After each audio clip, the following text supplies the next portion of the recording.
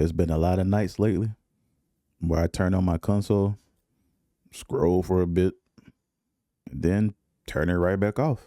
Not because I don't love games, but because everything feels like, I don't know, it wants something from me before it lets me actually have fun in the game. So when people say the gaming industry feels cooked, I don't think they're saying games are bad. I think they're asking a harder question, actually. What's good, nerds and gamers? Welcome back to the OnThaSticks Podcast. This is the show where we talk about gaming the way it actually feels to play it right now. No patch notes, no investor calls, and not whatever the internet is mad about today. Usually. We talk about why something can sound great on paper and then feel weird the moment you actually pick up the controller.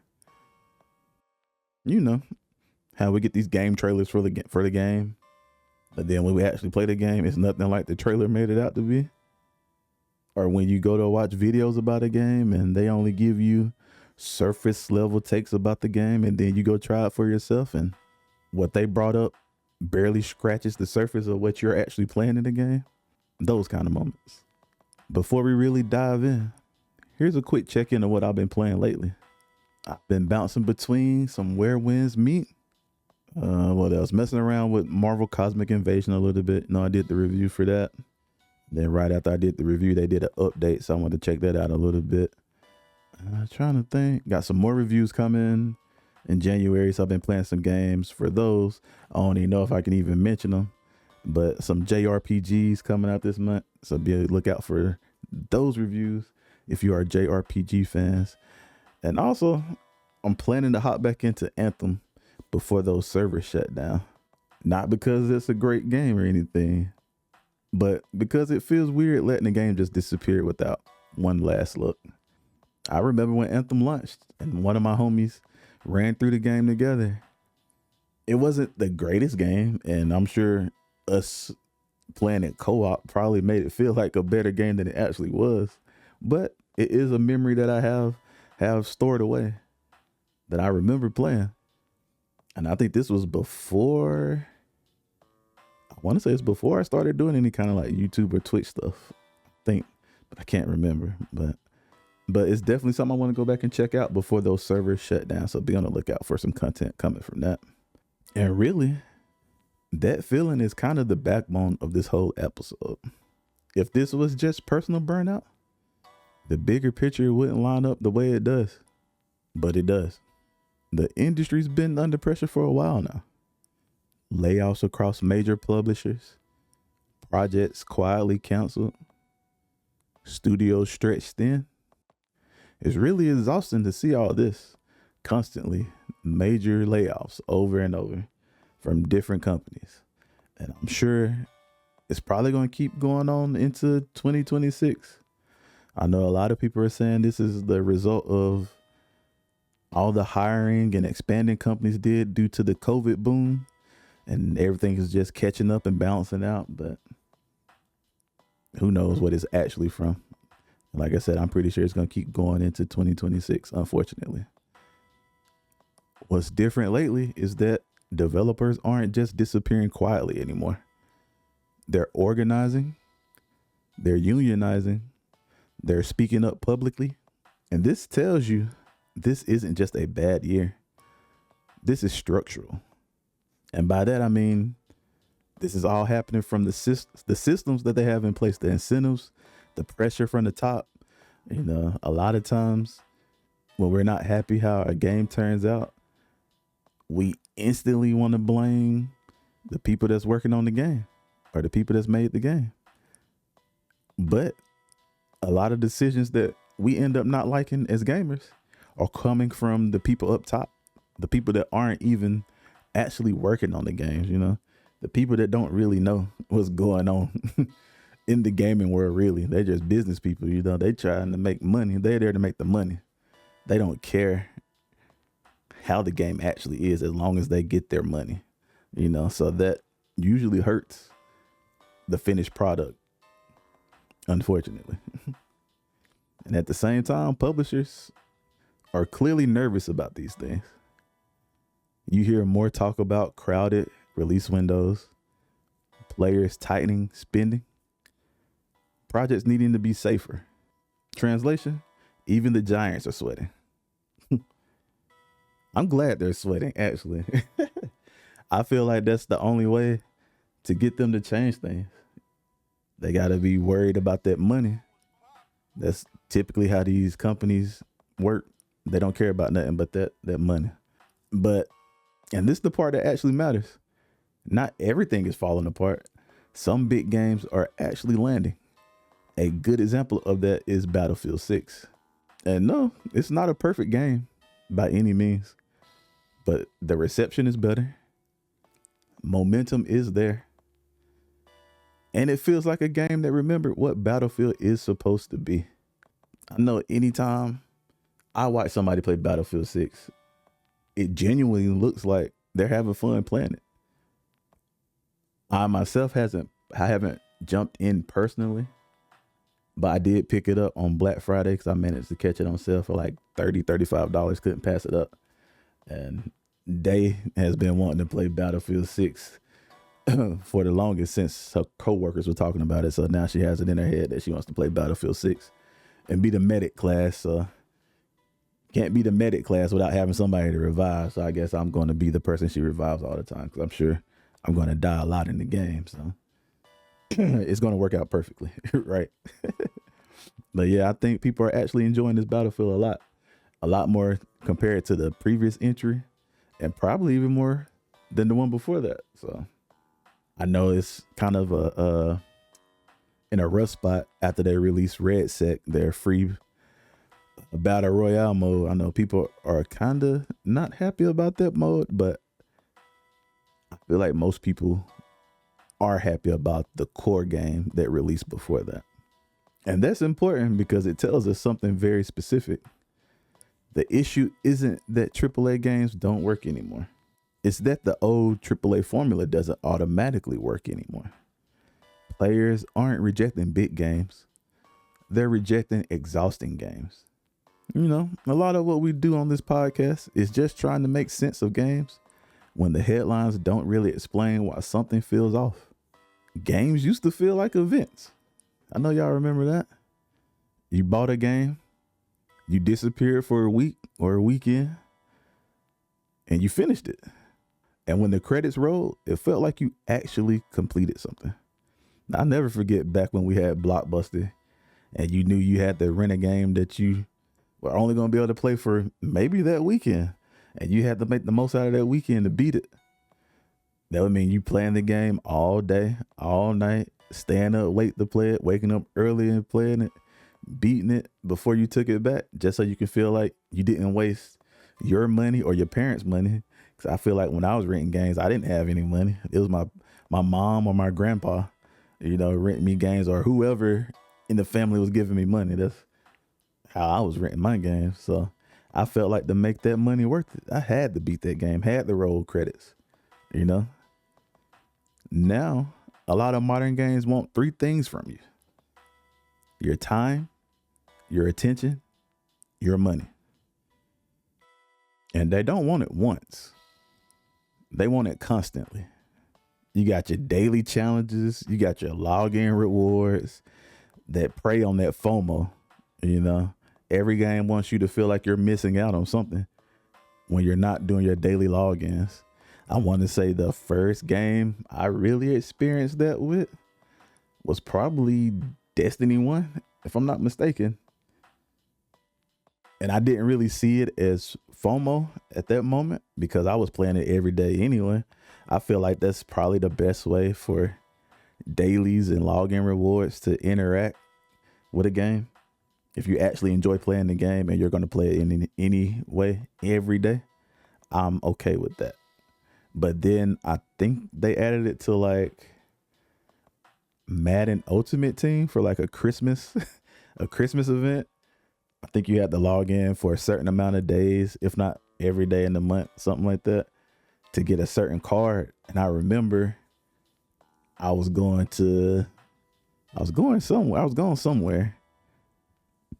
maybe it was like a bachelor party weekend in Miami at that point in time. Trying to think where else I could have went at that point to not be around my game like that. That might have been it.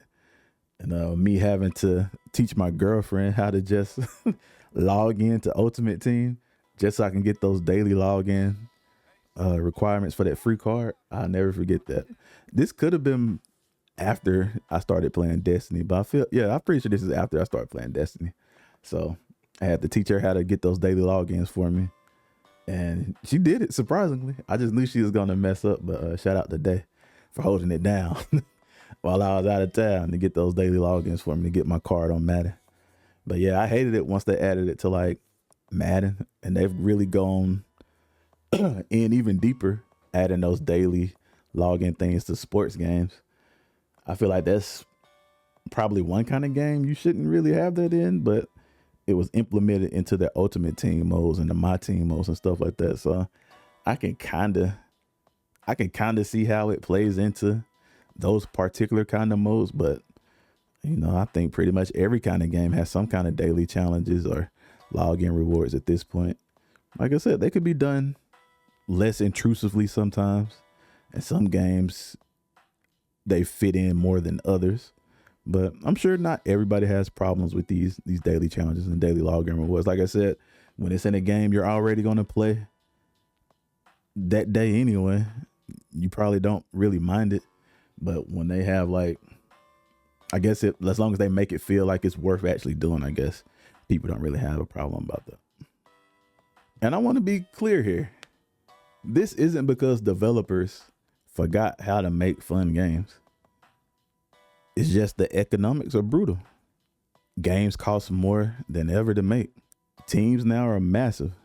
Development cycles stretch forever, but pricing is capped. $70 already feels like pushing it, And it's not like it's our fault that development cycles are taking forever now, or teams are growing. It's not on us. We shouldn't have to, suffer just because these companies are growing or taking longer to produce games. But at the end of the day, we are the ones that are technically paying for it, whether it is us having to pay more for the games or us getting a less quality product when we do get the game, which is unfortunate.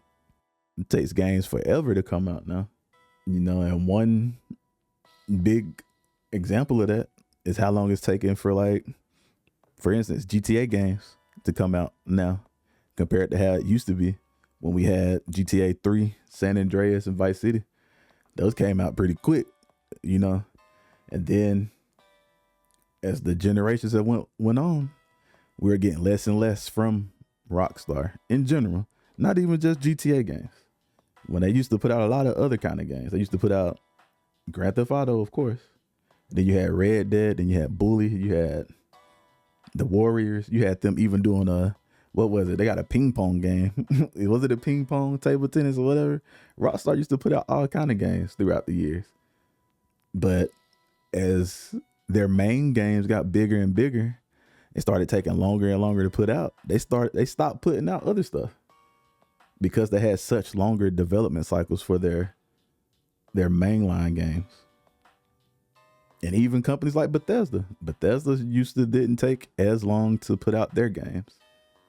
And now we're looking at who knows when we're going to get the next Elder Scroll game or the next Fallout game or whatever else they're working on, because they stopped working on the things that we know them for to do Starfield last year or the year before. I can't even remember when Starfield actually came out.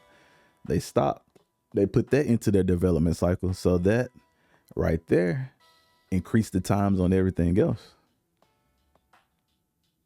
And really, you could probably say this about every company. They're taking longer and longer to put out games now. It's no secret. Most games are taking longer. And it's really obvious when they reveal a game or announce a game super early. That became a problem as well. We would get shown a game at the Game Awards or E3 or just announced anytime on the internet, just to find out we're 2, 3, 4 years away from actually getting the game or even getting a real look at the game. So that really leaves the publishers chasing what feels safe to them. Sequels, reboots, familiar systems, retention loops. But here's the trap. What used to be safe doesn't work the same way anymore. A perfect example for me with this is Madden. I still love Madden, but I have not played Madden like that in maybe a year or two, maybe longer. Specifically the Ultimate Team mode, love it. Still love it. But it's became just the same thing. Even more so of a grind, even more so of them trying to create that retention loop and not really expand on the mode or make sure the mode is actually fun. You know, they have gone more and more into trying to figure out how to keep players playing the mode and playing it longer and committing their time to just playing that and not really playing anything else. Madden Ultimate Team is one of the things that started my content creation journey. You know, it's one of the first videos I felt like really got traction on YouTube, Ultimate Team videos. But over time, they also realized that's something people really like too. So they sat and figured out how can they turn it into one of those time sinks. What systems, what loops can they expand on to keep people playing it more and more? And as a result, I felt like the game suffered in the fun department. It's still fine. It's something I could probably play casually here and there, but I don't put any kind of time into it really anymore. Nowhere near what I used to. You know, one day I just woke up and realized the loop just wasn't it for me no more. Logging in to do the dailies and stuff like that wasn't really that rewarding anymore. I finally broke that loop and I was out. Haven't been back in it since. You know, as well as just like I was, other people are figuring these things out too. Players are smarter now. Players are more selective. And when every game feels like homework, people don't get angry. They just stop logging in. They just stop logging in like I did with Madden. I stopped logging in. Ben stopped logging into 2K. I don't even buy 2K anymore. Who knows? Madden might be next. Might not buy that this year. We'll see. Don't hold me to that though. Hold on. Honey is crying in her sleep. Gotta go save the dog from the bad dream. And that's why Battlefield 6 stands out. Not because it reinvented gaming, but because it feels intentional. It knows what kind of game it wants to be. Some games chase data, others chase fun. And players can feel the difference immediately, even if they can't explain it. This is why I like talking through this stuff here, because on paper, a lot of these games sound fine, but actually playing them tells a different story completely. And this is where it gets personal for me, because we're coming up on Anthem servers being shut down. Once that happens, that version of the game is gone. No offline mode, no preservation, no I'll come back later. I still remember when Anthem first came out though, for real.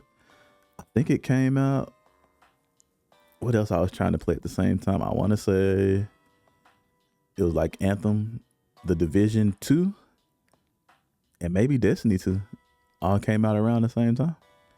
Or maybe I'm mixing up my timeline here. But I remember having to kind of pick and choose which of those games to play at the time. Because, you know, we only have so much time to play games. And I think at the time I was working 2 jobs. So it was kind of tough trying to decide. But, you know, Anthem was the new game. The other 2 were sequels. So I went with the new game. Probably should have went with one of the other 2. But I enjoyed my time playing Anthem with one of the homies. I can't remember if we actually beat the game or not. So when I jump back on there, I'll be interested to see if my save file is the completed game or not. I don't think we beat the game. Or we might have did. I don't know. I can't remember. I don't really remember the story. I just remember hopping on there playing.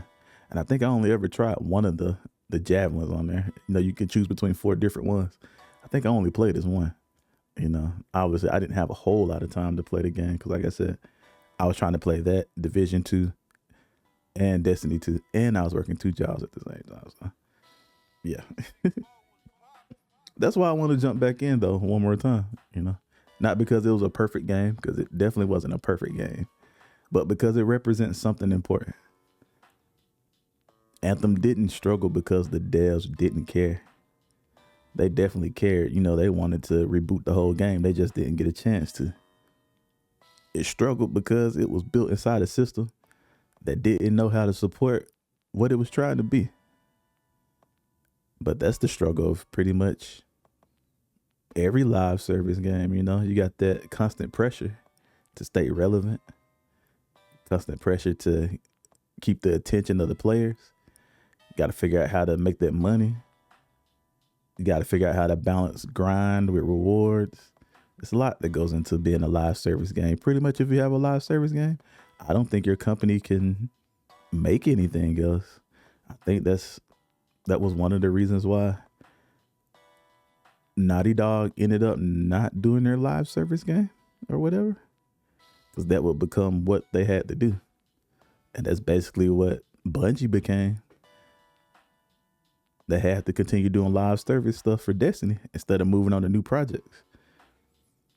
Obviously now they're trying to get Marathon to be a thing now, but it's already not looking good for Marathon, but we'll see what happens when it launches in a couple of months. I know some folks would rather Bungie just go ahead and do Destiny 3. I don't know if Destiny 3 gonna end up being a thing. I would like for it to be a thing. I would love to jump in on Destiny 3 fresh after being heavy on Destiny 1, falling off Destiny 2. I would love to come back to Destiny 3. So we'll see what happens with Bungie. And that when live service games die, they don't age gracefully. They vanish. That alone should make everyone pause, because games aren't just products anymore. They're time, they're memories, they're experiences we invest in. If you've been gaming long enough, this moment probably feels familiar. Yeah, there have been plenty of shifts in the gaming industry. If you've been playing long enough, I can remember some random ones off the top of my head. Like everything was trying to shift to having the battle royales recently. Let's see something further back. I remember when multiplayer was the shift. Them trying to force multiplayer modes in every kind of single player game, any kind of way they could. Let's see what else. I remember like when we used to buy the games and they would have the codes you would have to use to, I want to say, to unlock the multiplayer stuff or something like that. The code inserts in the game cases, that was a thing for a minute. And I know that was a problem with buying the used games, because a lot of times the used games either wouldn't come with the code or the code already be redeemed. But yeah, I can't remember if those were for modes or for like skins or DLC, stuff like that. But I know that was a push at one point. Let's see. I mean, not wanting to do pre-owned games, that was kind of a push at one point too. The industry tried to shift towards that, but I don't think it really worked too well, especially once the new Xbox was revealed and they had the whole thing that basically wouldn't let you play used games or something like that. And then PlayStation came out showing, well, this is how you share used PlayStation games. I think it was a PlayStation 3. So Xbox 360, I think, or Xbox. No, it had to be PS4. PS4, Xbox One era. Because everybody was rocking with Xbox 360. So I think when they showed the Xbox One, that's when they was trying to make it like this media box and highlighting TV stuff on it and everything like that. And then there was having something about how you couldn't share used games or something like that. And then PlayStation came out and was like, yeah, this is how you share used games on our system. And they just had two PlayStation people passing the game back and forth. And it's like, boy, they just killed Xbox. And the Xbox has not recovered yet from that. I don't think they ever will, honestly. But yeah, lots and lots of industry shifts we have all observed if you've been in this medium for a period of time. And it didn't, I guess you could also say, like, pushing for every game to be open world and take 1,000,000 hours to complete and have 1,000,000 side quests, stuff like that. That was a time I can remember where it wasn't too many open world games. We always had open world games, but we definitely used to have more straightforward linear games than we do now. And I can see those definitely making a comeback at some point. There was a time when games really didn't rush you to finish them. You played them when you wanted, and you stopped when you wanted. And coming back later didn't feel like you missed an entire season. Again, that's just like I was talking about with the Madden Ultimate Team stuff. They pretty much got it to where now you feel like you have to play it all the time, constantly checking out what new cards they're adding. And if you don't check out a season, you're going to feel like you're behind everybody else. You're already behind the people that's spending like hella money on cards and the people that's playing 24/7. You're already behind them in general. But now if you're not constantly logging in to complete the daily login stuff, the new challenges every day, month, week, whatever it may be, you're going to feel like you done missed out. I remember when just finishing a game felt like an accomplishment and not just you clearing space for the next grind that you're finna get into. Remember when not everything had an individual experience bar? As much as I love Destiny, it's definitely one of those games that ended up having that experience bar for every little thing. Whether we seen it or not, everything had experience bars with it. I mean, at the time, I didn't mind, but I think as the game progressed, it became a lot more noticeable and a lot more, I don't want to say not fun, just a lot more grindy, and started to take away the fun from the game. I can't speak too much of how it was in Destiny 2, but I'm guessing it was probably still there now. You know, everything is on individual experience bar. That's why companies like Nintendo still feel refreshing. They don't chase trends. They don't panic. They just do their own thing and mind their own business. Make sure you're not pirating their games. They just make games people actually finish.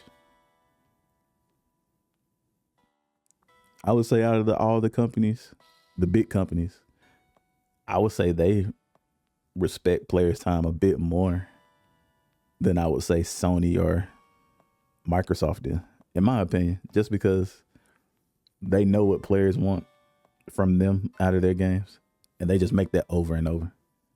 Even if Nintendo games aren't for everybody, you know, it's not everybody's cup of tea, but for the people that like those kind of games, they like them. Nintendo delivers for them every time. I know they're facing a little flack for the new Metroid game being a little too stuck in the loop, a little too stuck in the past. But I still think the people that play it enjoy it. They just have some gripes about some of the things that feel outdated. But I think that just comes from its development cycle being so long. I think it was started over at least one time, maybe a couple of times. So I think that comes from that. I think if it was probably meant to come out way sooner than it actually did. And the things that feel outdated in there wouldn't feel as outdated if it hit its original target time. Really, it doesn't feel like gaming is dying. It feels like gaming is relearning what matters. I asked the community, is gaming cooked or is it just changing? I had one person say they think the problem is just that games are becoming too big, so it's harder for gamers to play multiple games. We only have so much time. So if I'm having to put 20 or 30 hours into a game just to feel like I'm keeping up, it becomes basically another job. So I can't really work my normal job, play this one game like it's a second job, and still have time to check out other games. So the other games, it might not be anything wrong with them, but it's the fact that I just don't have any time to check out anything else. So by default, the other games fail, even if there's nothing wrong with them, even if it's a great game. People just only have so much time to check out multiple games. And I had somebody else say they think the problem is just too many games trying to be for everybody. You know what they say, a game for everyone is a game for no one, which I could agree to. I think a lot of games are trying to appeal to more and more people with every release. You know, they want to be bigger. They want to bring in more people, bring in more money, appeal to more because, you know, those budgets are increasing. So to try to counteract the budget increasing, they need more people buying it. I think more success comes to the games that remember what make them fun or unique to the audience they originally had. Like we were saying with Battlefield 6. Battlefield 6 hit, stayed true or delivered what people who are familiar with the series actually wanted, didn't give into the things that players from other gaming franchises wanted, and they seen the success. Now, they did end up releasing their Battle Royale mode, you know, and I think that's like probably, I haven't really kept up with everything going on with Battlefield 6, but I think that's probably the worst thing it's done since this came out. I think that's probably the thing that upset people the most. That mode alone, just having the mode, you know, I don't know if there's anything in particular about the mode that people don't like, but I think it's just having that in general. I think without it, it probably would a better look, but I understand why they added it. That's the kind of thing that's, I don't want to say popular now, but you know, that's the kind of space games are looking to compete in. Those free to play games where people come and just sink hours into and spend hella money in, you know, trying to compete with Fortnite, Warzone, those games, Apex. I think Apex is still around, you know, those kind of games, those free to play shooters. Everybody wants a piece of that market because they know if you get a hit in that area, you're going to make some good money. So is the gaming industry cooked? Nah, I don't really think so. But I do think the old playbook for the gaming industry is cracking. Players are burnt out because we've been asked to be participants in systems instead of players in worlds. The upside, creativity is everywhere. Indies are thriving. Mid-budget games are shining. Big games still work when they remember what they're supposed to be.